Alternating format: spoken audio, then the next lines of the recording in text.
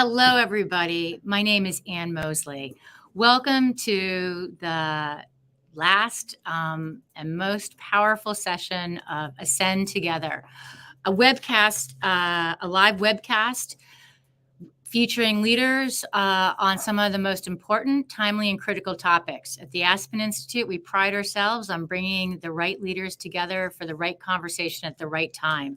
And as we look to close out 2021 and prepare for the year ahead and the opportunities to address the reckoning, rebuilding, and renewal for our country, putting women at the families is certainly at the heart of the work and the opportunity and obligation ahead.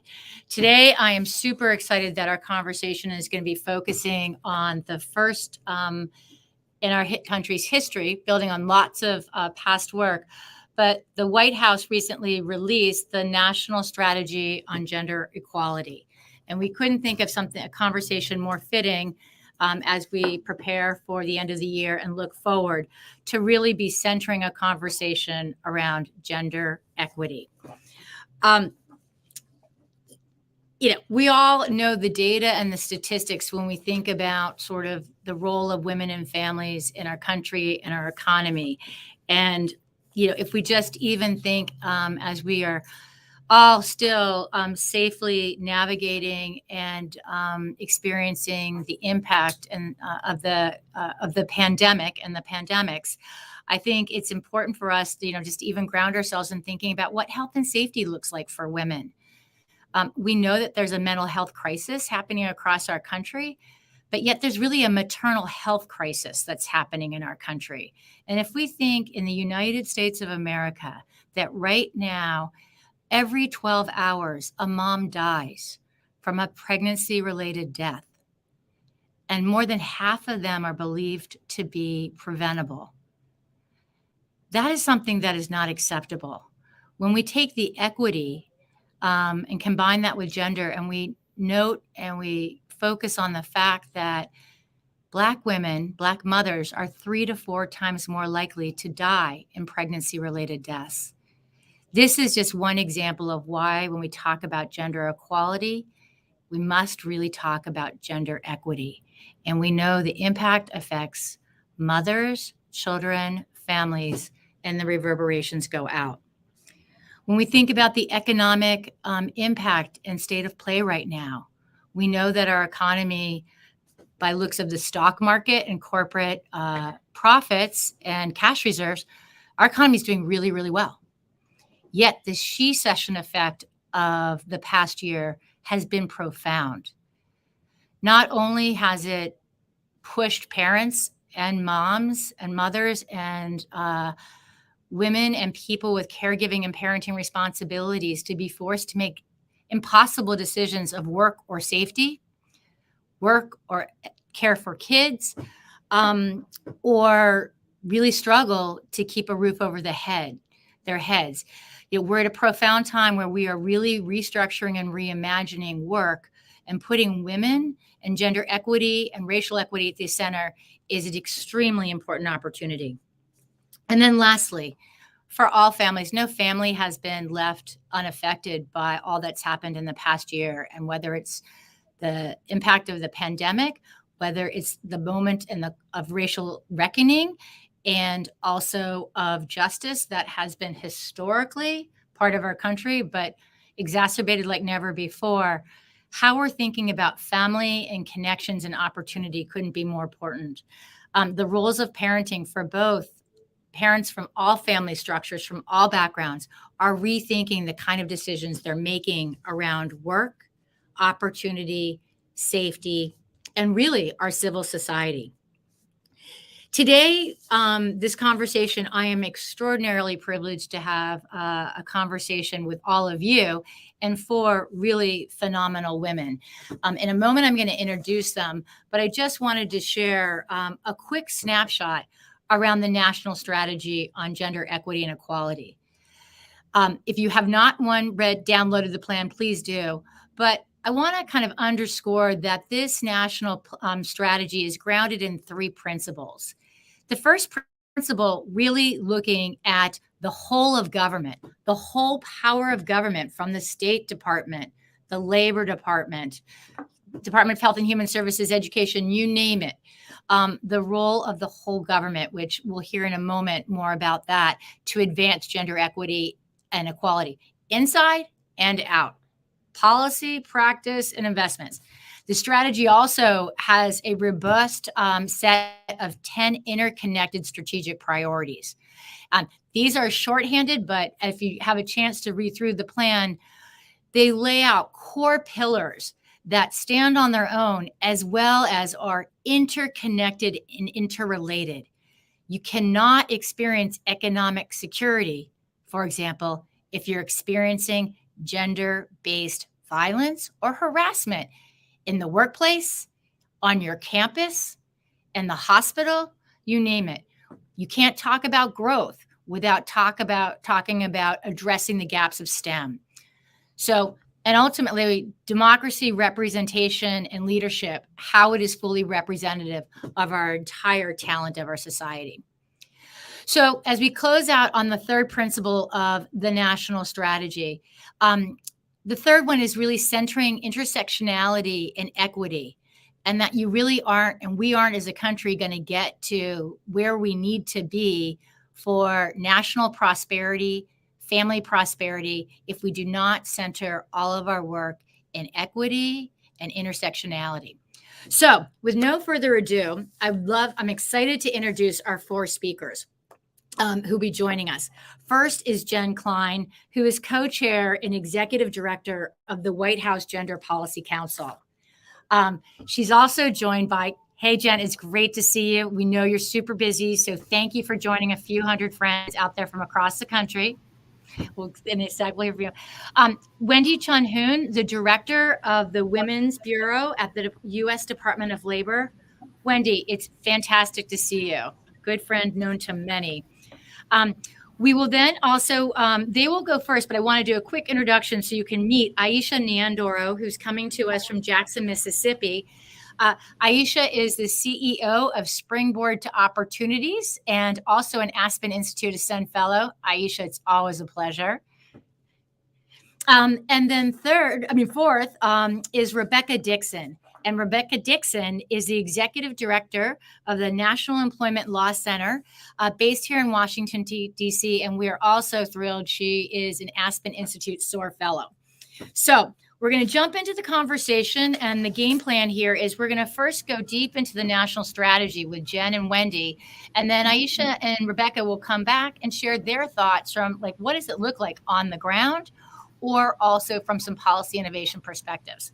So if I may, I'd love to kick it to you, Jen, and really, start with, really, if you can give us kind of a strategic overview with the highlights of where you see the most significant and timely opportunities for the national strategy. Jen, thank you again for being with us. Thank you, Anne. And I just want to start by saying this is like my favorite thing I've ever done, because your analysis of the strategy is exactly what we had hoped people would think, which is, first of all, that it is grounded in those three principles. So I'm really glad that you started there. Second of all, that it is a whole of government approach, and it is really comprehensive, and that is also really important to us. And third of all, and this is sort of where you ended, is that it's incredibly timely.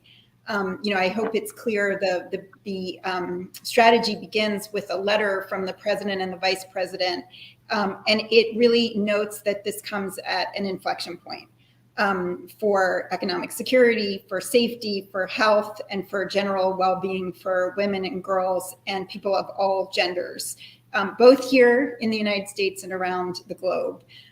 We've all experienced, and you pointed it out, but it really is true, that COVID has exacerbated what has long existed, pre-existing discrimination and other harms that women and girls have faced.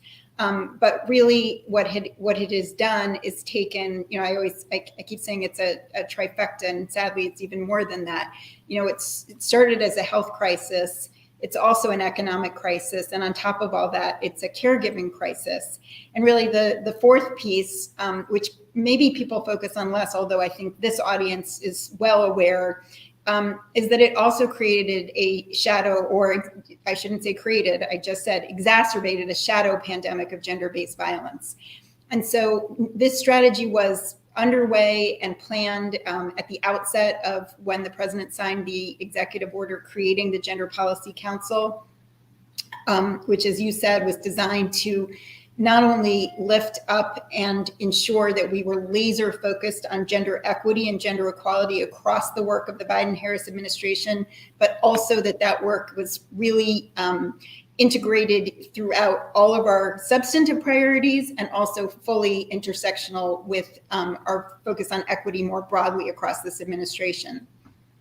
But it, I think, has become, in the months that we've been working on it and reaching out to stakeholders like the people who are on this at this meeting and the people who we're going to hear from, who you just introduced. I think it's sort of become all the more important because they, to sort of return to where you started, it's unbelievably timely, that we can't solve these really deep underlying structural problems unless we actually focus on gender equity and gender equality. So not only is this important for people themselves, for women themselves, their families, their communities, but really for the country and for the globe. So thanks. Oh, Jen, this is and I'm just going to jump right in because, on the timely and on the significant, I'd love to go 2 quick questions to probe a little bit more under the hood for this. Just even this week, when I think about the administration's actions, whether it's Secretary Janet Yellen, recent announcement of a few $1 billion really to look at shoring up our financial institutions through community development financial institutions, and then financial institutions led by and focused on serving, led by leaders of color and focused on serving communities of color, whether it's Commerce Secretary Gail Raimondo. I love my state policy, but Secretary Raimondo's recent announcement about the 60 finalists for the U.S. Economic Development Administration's $1 billion Build Back Better Challenge, which is like rethinking regional economic development. Or if we just switch off to health, thinking about the maternal health action day that was recently held. And so I just lift those up as real action items. And, we talk about the rescue plan or Build Back Better. How can the national strategy ensure these big efforts really get the job done on gender equity and equality?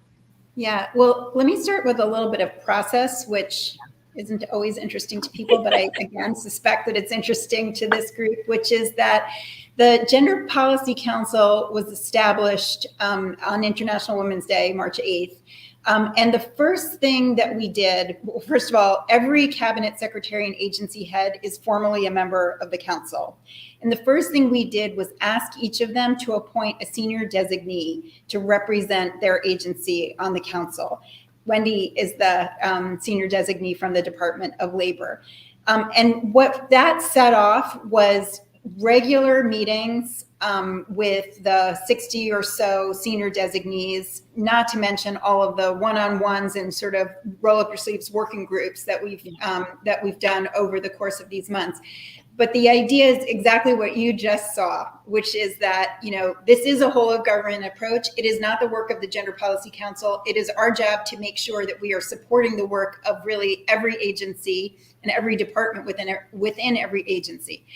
The thing that's been really interesting is that, it was obvious, to work with the Women's Bureau at the Department of Labor, obviously, like, we had an expert at the helm, somebody who is, long committed to gender equity, to racial equity, et cetera, understands the issues, knows what she wanted to do at the helm of the Women's Bureau. So that one's easy. But what has also been interesting is places where you don't think they think about gender equity. My favorite example is NASA, where our senior designees really across the government, we're really interested in thinking about how to integrate, thinking a gender lens really into the work they're doing. And I think what you saw this week, the examples that you just pointed to, the Treasury example and the Commerce example, are literally results of that collaboration across the government, by the way, the stakeholder engagement that we did in preparation for the strategy, which guided the strategy and will continue to guide the implementation of the strategy. All of that is just what you're seeing in these examples, which are not random examples at all. They're hopefully, first of all, signs of success, but also more importantly, signs of what's to come. And thank you, Jen. Just to on your last example, I mean, that one has been a long priority of the vice president. But again, we were integrally involved in the policy development that led up to that Maternal Day of Action. And by the way, the significant investment that we hope to see in the Build Back Better plan, $3 billion for maternal health, which again, she has been the champion of, but we're there to support her. Thank you, Jen. I so appreciate the intentionality of the approach. We definitely have results, but the process matters and also can be embedded to last.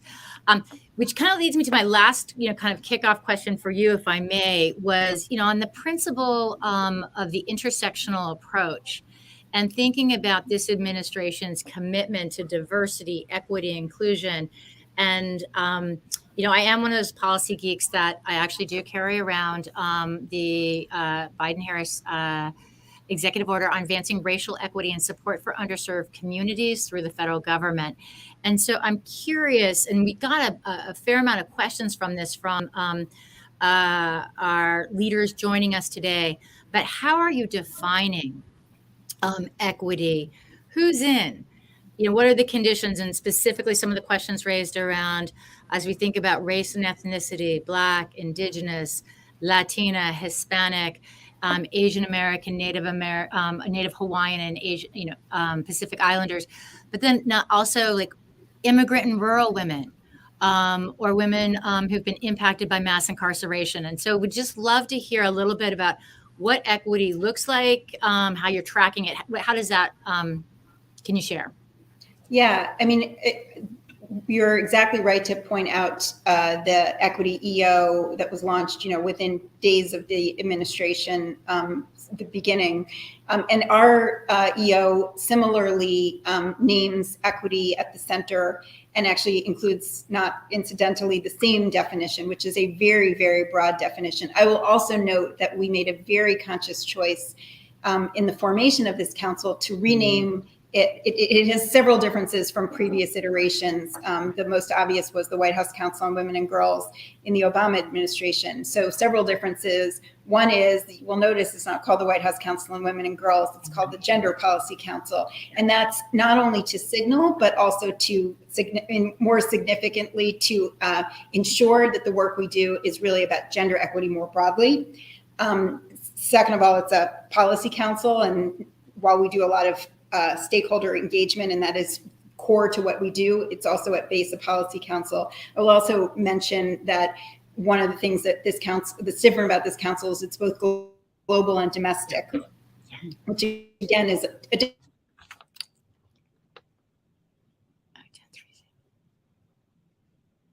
issues that affect people around the world. So yes, back to your question, not only are we very focused broadly on gender equity, but we're also focused on the intersections between gender equity and all sorts of other types of equity. And, that's how we work. That's why the strategy has that lens, but also has the intention to continue to ensure that our work is really intersectional in whatever we do. And, just on a very practical level, to show what happens on a daily basis is, the equity team at the Domestic Policy Council literally is right down there. And we, work together pretty much on every issue. So our job is to make sure that both that EO and the executive order that created the Gender Policy Council are not seen as, parallel, but in fact intertwined. Thank you, Jen. That's really helpful. It gives people a real sense of kind of like the intention and how it's playing out. And so, if it's okay, I'm going to pop over to the Department of Labor. And, Wendy, uh, this has been your life's work, and now you're on the inside at the Women's Bureau, which has, been a longstanding critical anchor for gender equity and, being the watchdog in many ways, and the angel, really looking to create the conditions in the workplace that, from pay equity, workplace harassment and violence, to key supports, paid family medical leave, to like the future of like building an economy that values caregiving. So when you think about the national strategy, how are you going to be implementing it, not only in the Women's Bureau, but throughout the Department of Labor? What are the biggest opportunities you see? Yeah, thanks. This is really exciting to be in this conversation together. And some of us do get to work every day, as Jen said, on these things. But the reach that you have with the folks that are on the call is really exciting. So thanks for creating the space. I think before I turn, I think that what's really exciting about this opportunity is being able to take, for example, what we see in the jobs report monthly, and to really bring that kind of critical lens, as we recover, are we all recovering equally? And to be able to see things, come out in the monthly data that are, slowly ticking in the right direction, but to really pay attention to, how are Black women faring? How are Latinas faring? What happens when we gain jobs in a sector, but in several sectors, but lose jobs in, for example, government sector or education or those care sectors, and to really pay attention laser-like on what's happening real time, and then have the opportunity to work in, as Jen said, a whole of government way, where we are, at the table together. It's a virtual table these days, but at the table together, talking about things that, as you said, Anne, have been part and parcel of the Women's Bureau of Department of Labor's, core priorities for a long time. So paying attention to the fact that, the gender wage gap, despite a lot of effort, persists. And that's not just a gender wage gap, it's a racial wage gap as well.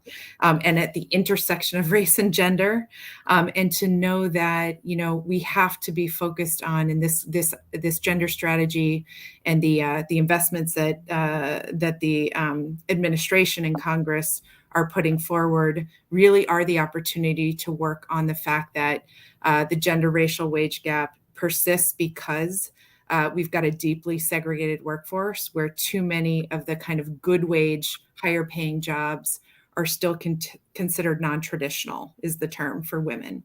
Yeah. Meaning, these are industries where women are less than 25% of the workforce, and in many cases far less than that. We're talking about 3.1% electricians, maybe a little better than 2% plumbers, still just under 4% of carpenters. So really paying attention to how the workforce is segregated and being able to address that in this moment. Really understanding that, as I was saying, as we are watching, for example, the monthly jobs report, where are the jobs gaining back? Where are we losing them still, like in the childcare sector? And knowing that, women and women of color comprise the vast majority of who's working in those jobs. And the fact that those jobs are still the lowest paid jobs in our economy when they stand up the rest of us going to work in the economy is really, something that we have the opportunity. I think Jen was mentioning this, or maybe you were, in the overarching sort of scope of what this gender strategy will pay attention to and really elevate and keep a laser focus on.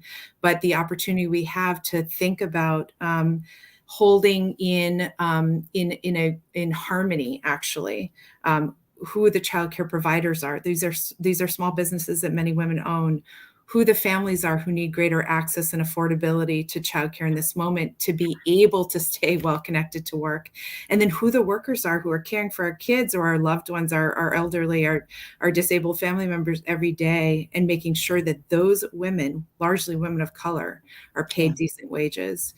And, and then still sort of, again, just reflecting on other facets of this, the fact that women still are the majority caregivers, holding that unpaid work in our families, and the opportunity we have to really create the kind of care infrastructure that we have needed forever, and to see the investments, both from the jobs package that has passed and the Build Back Better package that Congress is right now holding and deliberating, as huge opportunities to use these investments to gain greater racial and gender equity. Wendy, thank you so much for that. And we have a couple, sort of a minute and a half before we hear from, and I'm so excited, especially as I'm listening to you, hear from Rebecca Dixon, who's going to, I think, go deeper on some of those really important levers and challenges in a powerful way. As someone who's sitting, you're in the implementation, you're part of the gender policies, weavers across the whole government. Where do you see cross-agency collaboration opportunities? Like, my brain goes over to the Office of Child Care, over at the Administration for Children and Families and Health and Human Services. But when you just even think about the issues that you raised there, where do you see those kind of cross-agency collaboration to put really families and women at the center? Yeah, you named a big one. I think, we are actively in conversation, and Jen knows this, between agencies about some key deliverables, right? That the gender strategy outlines. Each agency will put forward, and really in conversation, daily with colleagues across government, like, for example, Women's Bureau, Department of Labor, in conversation with the Administration for Children and Families about the contemplated Build Back Better investment in childcare, and really holding that kind of triangle that I described between, quality educational opportunities for kids, in addition to the quality jobs that provide those kids good educational, early educational, and the families who need childcare to get back to work. So that's a really critical partnership.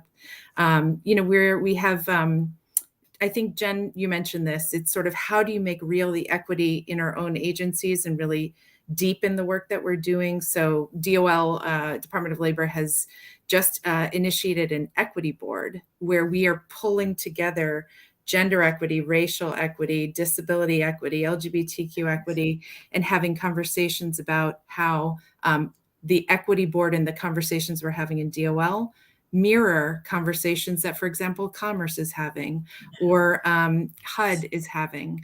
And so really sort of finding each other as the stewards of that work in our agencies and comparing. How are you thinking about, for example, conversation with Commerce? How are you thinking about equity, gender equity in the workplace? What are things that we can work on together? What are ways that we can elevate these practices, really bring them to the fore to kind of create that culture change that's going to be needed? Thinking through, a lot of the agencies that are right now starting to dig in and implement the Jobs Act investments, and thinking ahead about the thing I said first about occupational segregation. How are women, how are people of color really seeing the benefit of those jobs that are created in their communities? So I think there's a ton of, all of these examples are interagency partnership examples that are really powerful because they're interagency.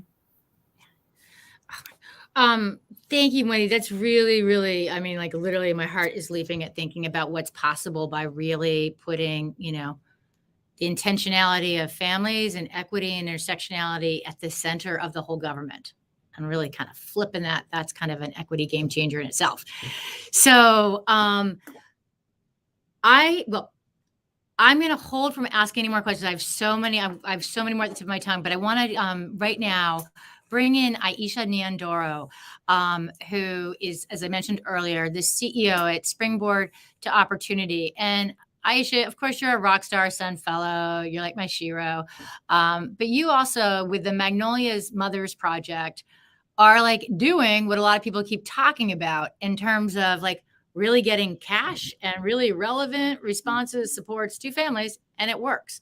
So that's just a little drum roll. I'd love to hear your thoughts from where you see the opportunities from Jackson, Mississippi, and across the country for the gender equity strategy, and what thoughts you have for, Wendy and Jen as they're working on moving this implementation for the whole of the U.S. government. The whole of the U.S. government. No, thank you so much, Anne, for having me. And thank you so much, Wendy and Jen, for the work that you all are doing at the White House and really moving from ideas to policy.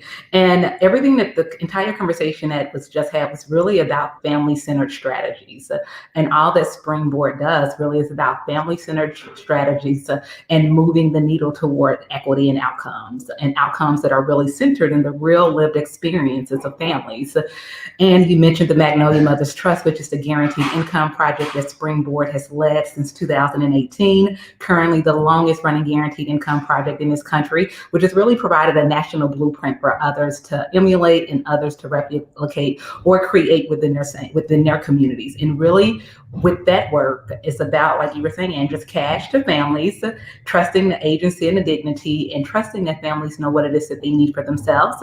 But in that, it's also about having conversations about why we have not been creating policies that actually go about providing cash to families. And the reality is that we have. As we are moving into this next phase of really thinking about equitable outcomes and centering the needs of girls and women into these conversations about equity moving forward, it is a great opportunity for us to begin to reform some of the policies that we have and really not thinking about incremental change, because I think the time is out for incremental change, but really being bold and reforming and leaning into radical abundancy and radical imagination when we think about what is next.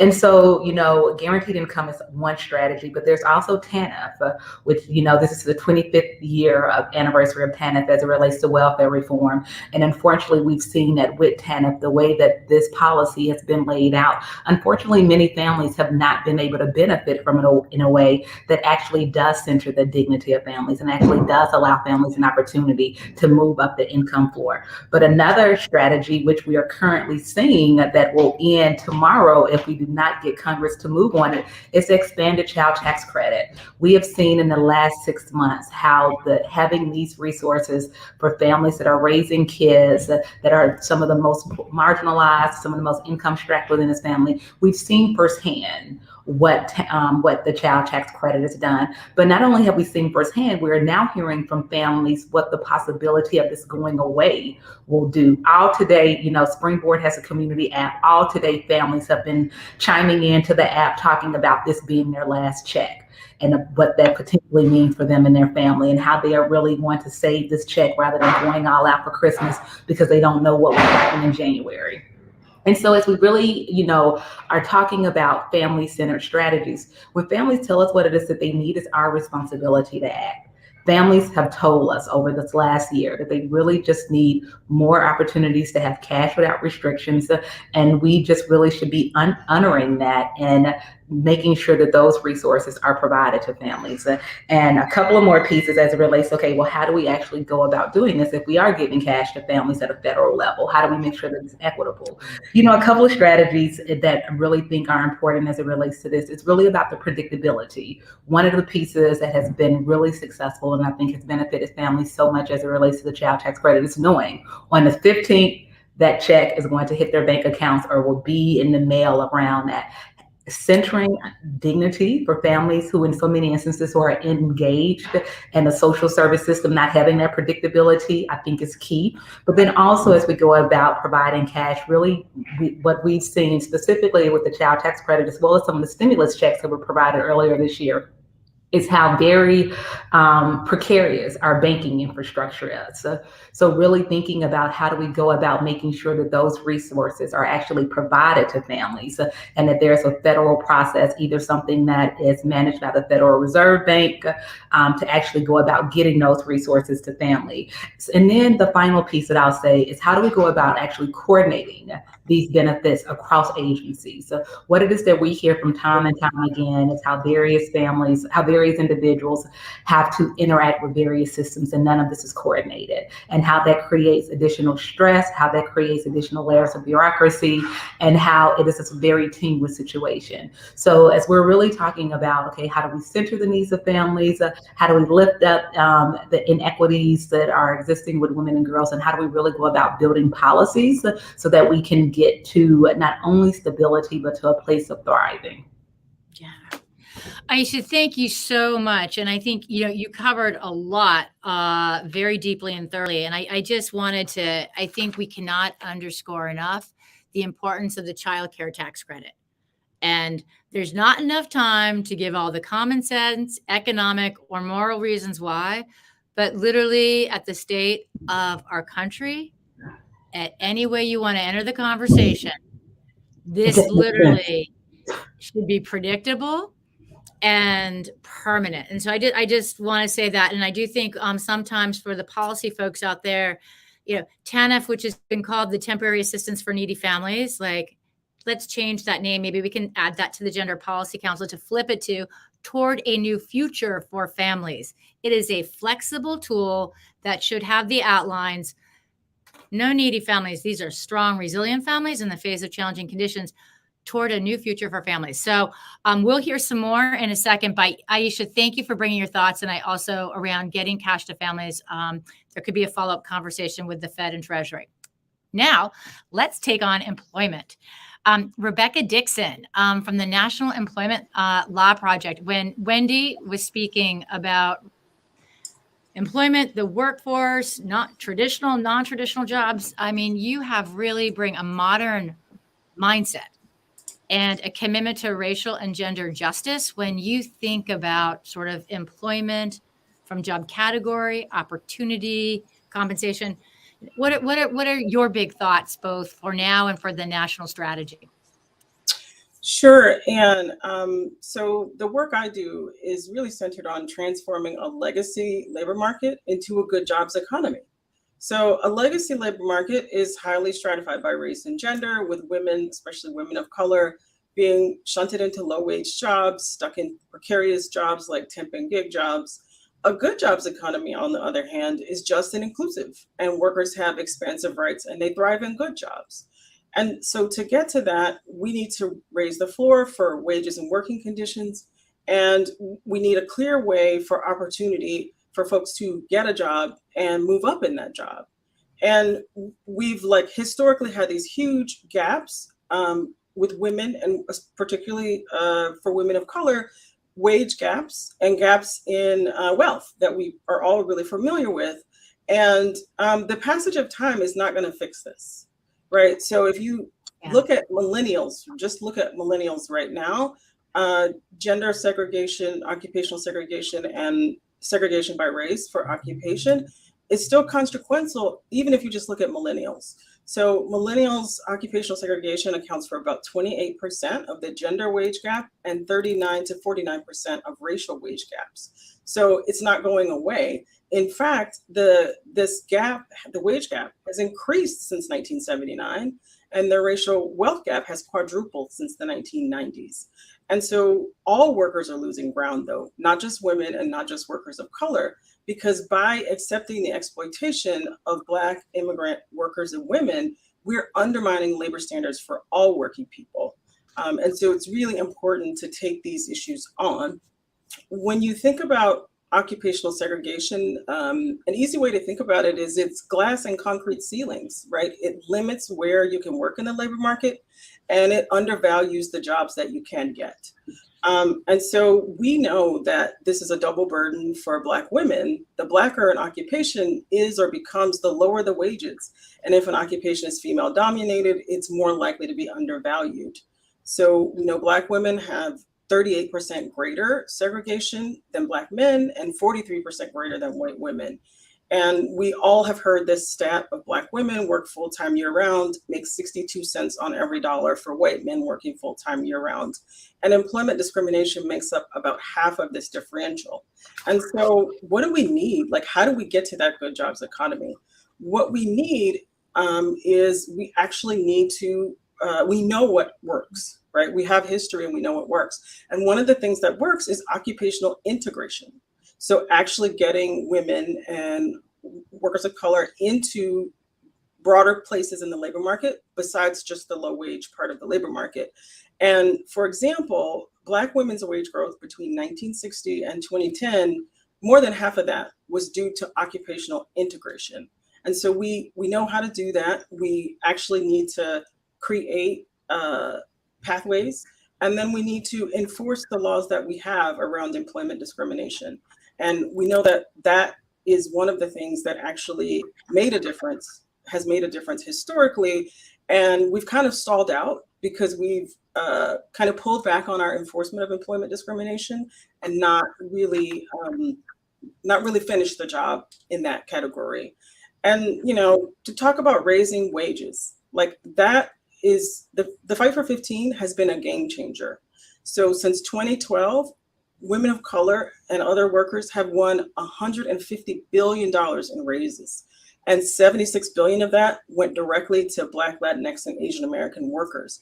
And so we know that this helps with this labor market. And so really getting that $15 minimum wage, that's the only way we're going to get raises for certain women of color.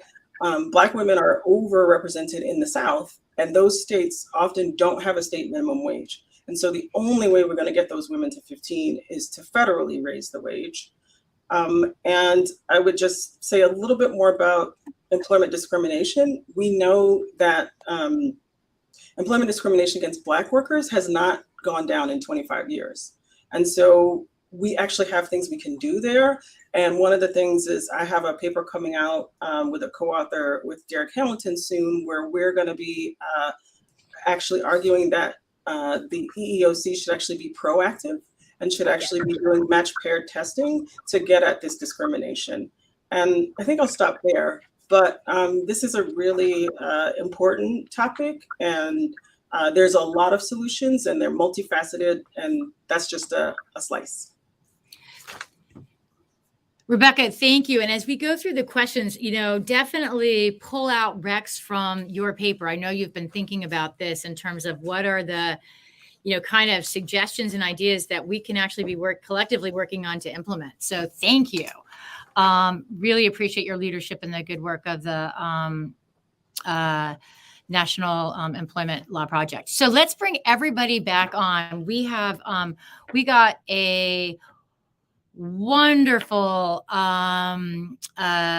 inbox of amazing questions. And so I'm going to try to weave a few together and maybe kind of direct them among each of you, but we'll keep it moving if I may. And so we'll try to do kind of significant, but sort of soundbite oriented questions. And we will also be happy to help with follow-up for, you know, continued conversations where it's helpful to go deeper, especially, you know, in support of the implementation with the Office of the Gender Policy Council. So we had a question that came in from a leader from the Department of Human Services from Hawaii, and specifically asking about, are there lifespan approaches to building wealth for low-income families?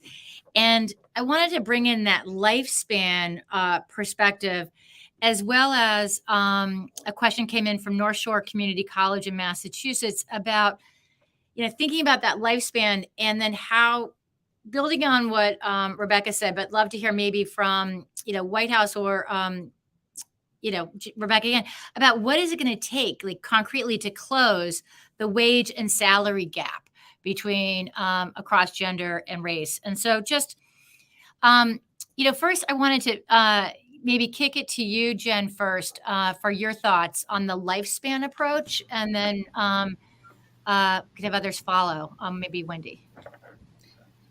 Can I answer the two sort of together? Absolutely. That's what, yeah. Okay. Yeah, I mean, I think you've heard threads of this in the brilliant comments that the folks on the screen have just shared.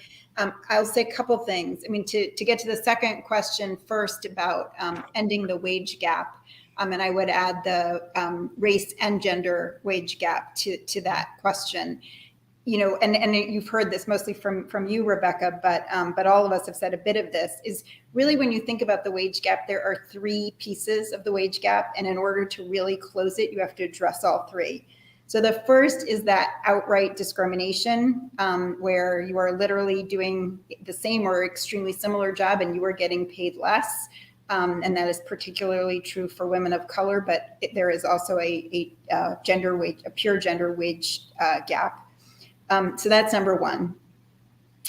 Number 2 is a topic that's just come up, which is occupational segregation.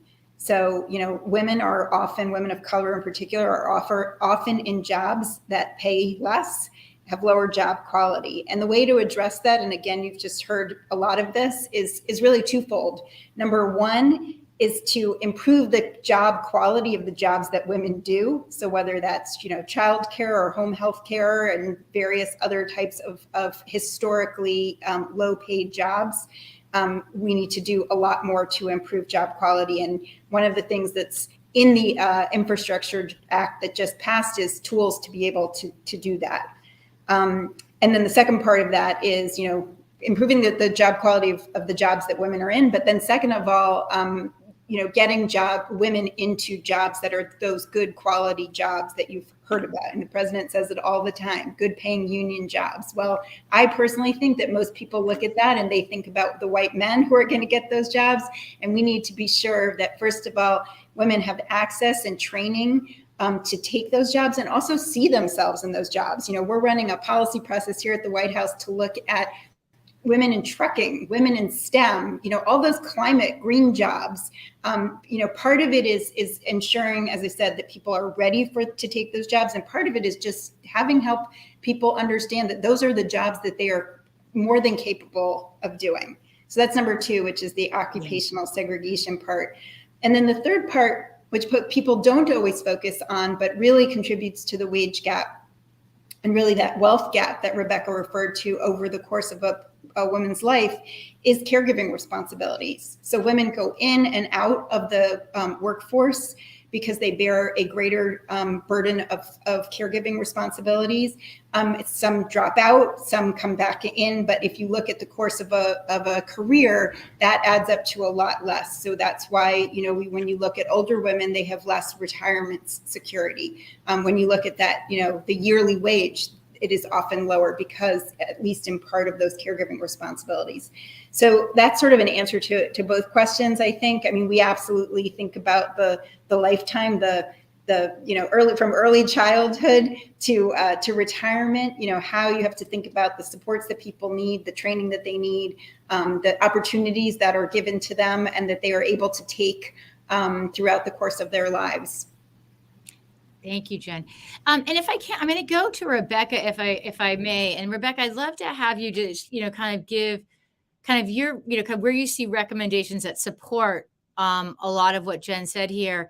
And, you know, kind of amazing enough, we got a lot of, this was a question we received from many leaders across the country, from librarians to community college, to childcare workers. And so the part where I was curious also, Rebecca, as you think about, like, what is it going to take to just dismantle, eradicate, but move way past that legacy labor market, and really at all levels, but then also with the intersectionality lens, as we talk about race and gender, but also all the other, when we think about disability, you know, LGBTQ, like just generationally, how we're thinking about the multifaceted nature of equity. What would you add in for recommendations and opportunities to, you know, really change the game?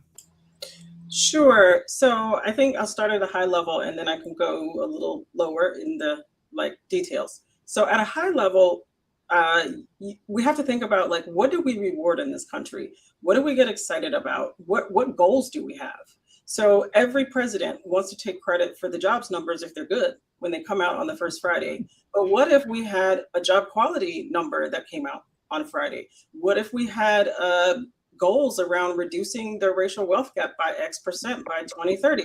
What if we want to reduce the racial wage gap by X% by 2030?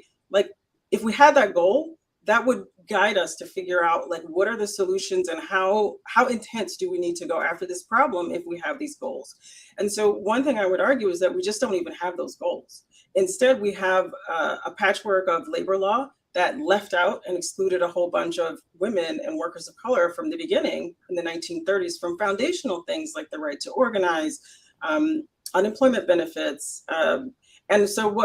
So that's the high level. And then I would say a couple of very specific things beyond like raising the minimum wage are things, what I would describe as include and enforce, right? So we have labor law that says, here's the minimum wage, here's the overtime, here's what you're entitled to, here are the benefits you deserve and get.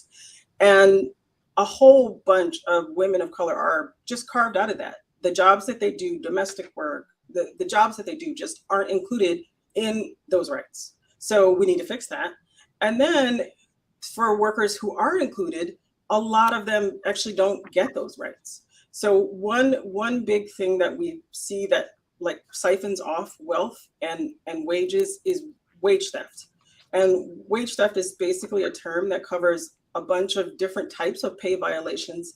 So not paying you the minimum wage, not paying you overtime, asking you to clock out and keep working, those kinds of things. And if you look at just like the state of California, this happens 372,000 times a week. If you look at New York, we're looking at $3 billion annually being siphoned out of the pocket of workers. And so actually figuring out how we do enforcement, how we target the industries where we know this is happening, that would go a long way towards helping to close some of these gaps. Thank you, Rebecca. Aisha, I'm going to go next to you. And this is one where, Jen, it's lifted up in the plan. I know, Jen, this was like extremely important to you about really listening to voices across the country and from all aspects. And I'm curious, Aisha, when we know it takes inside and outside power to make change, and one of the components of equality is like literally, and equity is about who's at the table, how decisions are made, who's listened to. And Aisha, I'm just curious to hear your thoughts as someone who is at many tables. Wasn't always easy, but it was always with grace and style. But we'd love to hear your thoughts on what does it look like to do kind of inclusion and decision making and who's at the table, whether it's for policy, the implementation of the national strategy. What advice you might have, especially for the administration, about tapping the talent and the action and the passion for the diversity of women and leaders from all backgrounds that want to make the gender equity strategy a reality. Yeah, no, thank you for that. And I am going to include in my bio now, always at the table with style and grace. So thank you. And yes, I was like, yes, that is exactly who I am. I think so much of, the pieces that you were saying about the including voices. And I know sometimes folks are like, oh, it's so hard to make sure that we have inclusive voices at the table. And it's just easier to keep pushing out what it is that, data, quantitative data is telling us is important. But it's actually not that complicated to listen and to engage community-based partners in the listening process. Community-based organizations are at the forefront of all of the fights that we've lifted up today. In many instances, not only are we the forefront for administrators and policy and change, but we're also the cavalry for the families with whom we serve. And so having that opportunity to hold two things very clearly, to be at the center of community, but then also be at the center of change, it's really a wonderful resource that I don't think we tap into enough when we're really having federal conversations, and we really just look at community-based organizations as, the nice folks who organize after-school programs and make sure that the babies have the backpacks and are doing the vaccine drives and all of those things that it is that we do. But we also are the individuals who are at the table listening to families. We are also the individuals who are at the table pushing very difficult conversations and saying, okay, if we are not willing to have these difficult conversations, we are not willing to get to change and the equitable change that we all need. And, And if I just have a quick second, I'd actually like to go back to one of the pieces that Jen was saying about wealth, because I also think that we need to have a broader conversation about wealth in this country. We've been having a lot of conversations in the communities that we work with about how we actually are defining wealth. We work with individuals who make less than $12,000 annually, folks who live in federal affordable housing, so it's rent stabilized. And so as we've been saying, okay, this conversation about wealth is really too narrow. How do you define wealth? How are we creating conversations for you to actually opt into and see yourself in, recognizing it's just an entry point. We have to actually build up to how we, collectively define wealth, but how do we even begin to engage you in the conversation? And what we're hearing from families is very different than how any policymaker is defining wealth. One mom told me last week, I consider wealth, if I die, my family doesn't have to go into debt to bury me. And when we heard that, I looked at the data and I was like, she's right. Because on average, when Black individuals die, they leave $600 of debt that their family has to deal with. And so we really have to begin to have conversations in a different way so that we're not isolating people from the conversation before the conversations are even had. Yeah, Aisha, thank you so much. And that's a powerful last point that I think really underscores literally what voices are being heard as we're even asking the question.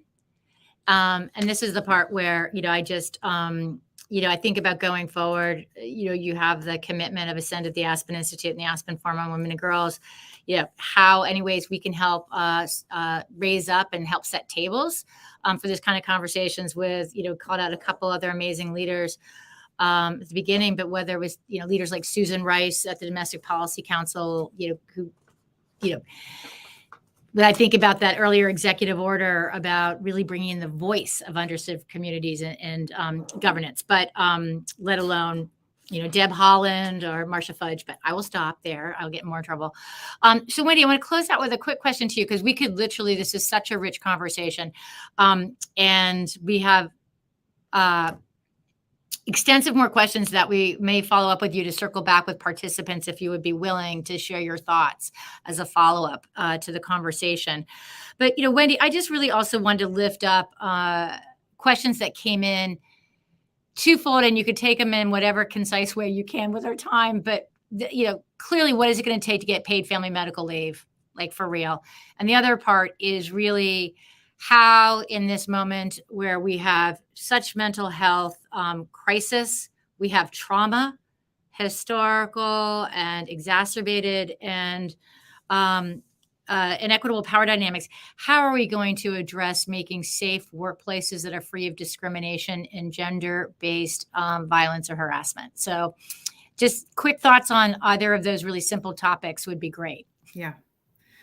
I think the question of paid leave is right there teed up in front of folks in great deliberation right now. And I think it's, due to the incredible work out in the States to really, create that pathway to equity and to build the models that we know work when it comes to paid leave and making sure that it's an inclusive and effective policy. In terms of gender-based violence in the workplace, everything that all of us have said about the problem of occupational segregation is not just about getting women and people of color into greater numbers into those pipelines to the good paying jobs. It's really about, are you allowed to stay in those jobs once you're there? And so we have to be thinking about scale at this moment in terms of anti-harassment, anti-discrimination, anti-bullying strategies in jobs when women will continue to be for a while still the minority and people of color still the minority in some really promising and good paying jobs and in growth sectors in our economy, especially as we build back our infrastructure. So I think paying attention to really scaled strategies of what we can see is working in terms of anti-harassment, anti-bullying, to make sure that women and people of color can stay in those good paying jobs. Thank you so much, Wendy. Those are powerful words for us to end on. And I just really, I can't thank you, Jen Klein. I can't thank you enough for the vision and stamina and intentionality that you, alongside colleagues like Wendy Chun-Hoon and many others, invested to make this national gender strategy for equity and equality, to make it happen, to put it out there, and how we work together to make it, to actualize it, to track it, to be accountable. And when I think about the brilliance and the innovation from, the incredible leadership of Aisha Nyandora and Rebecca Dixon, and the hundreds of thousands of other phenomenal, millions of women leaders and leaders of many backgrounds that are behind the intention and the impact of this strategy. On behalf of the Aspen Institute, we are happy to be a partner in any way to help set tables, bring voices in, or share solutions and strategies with you in service of partnership and strategic solidarity. And I know that we really focus, because of the timeliness of where we find ourselves today in the United States and what decisions we're making. We really went deep on what's happening here at home in the US.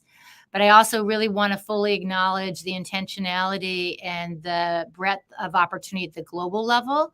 And so for our global sisters and partners out there, we're happy in the new year to follow up too, if that's of interest, to look out. But we really felt that it was important to look within for the first deep dive on the national gender strategy.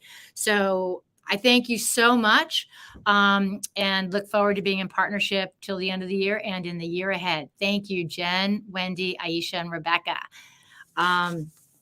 As we close out, we're a minute towards the end. I just want to thank all of you that have been with us on the AscendTogether journey this year. We've had some really powerful conversations over the year. You'll see some of our past speakers that have been with us in grace and style as well. We're kicking off. We started the year with shifting the power and economics of parenthood. We talked about beyond invisibility, really centering Asian American and Pacific Islander families and systems change. We talked about undeniable and unmatched, the power of women's leadership to coincide with the milestone of women's suffrage, and the work to be done and undone. And then we also talked most recently about future builders, leaders building them, building and meeting the moment. And so just wanted to let people, this is where we've been, ending the year on really gender and racial and intersectional inclusion, equity, equality, and opportunity is at the heart for all of us and what lies ahead. So I thank you all for joining AscendTogether and for the work each of you are doing every day. I wish you a safe and healthy and restorative and renewing end of the year, and I look forward to seeing you in 2022. Thank you.